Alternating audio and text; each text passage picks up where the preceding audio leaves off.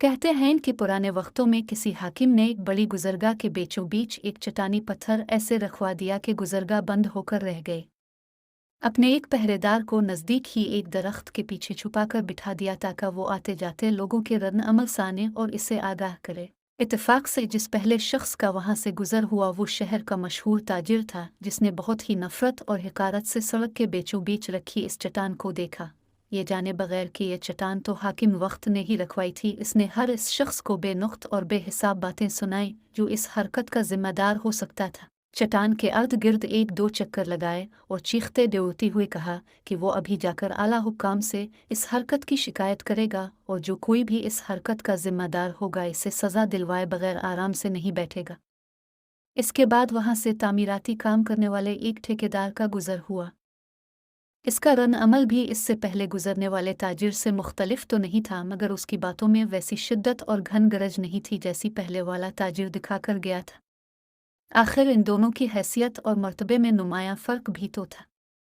इसके बाद वहां से तीन ऐसे दोस्तों का गुजर हुआ जो अभी तक जिंदगी में अपनी ज़ाती पहचान नहीं बना पाए थे और कामकाज की तलाश में निकले हुए थे।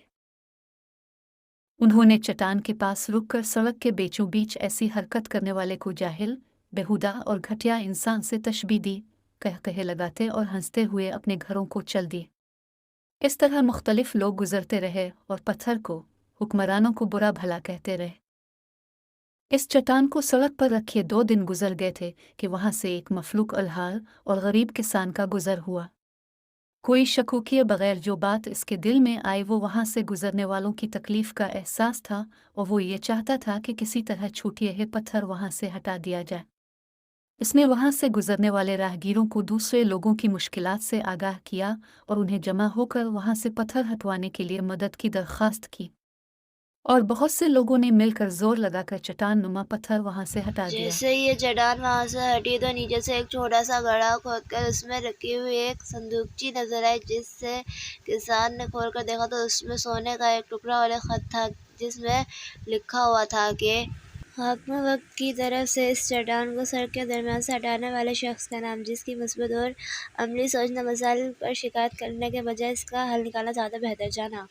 अंधेरों की शिकायत करने से तो बहुत बेहतर था अपने हिस्से का एक दिया जला जाता। शिकवा ज़ल्फ़त शब्द से तो कहीं बेहतर था कि अपने हिस्से की शम्मा तो जला जाते।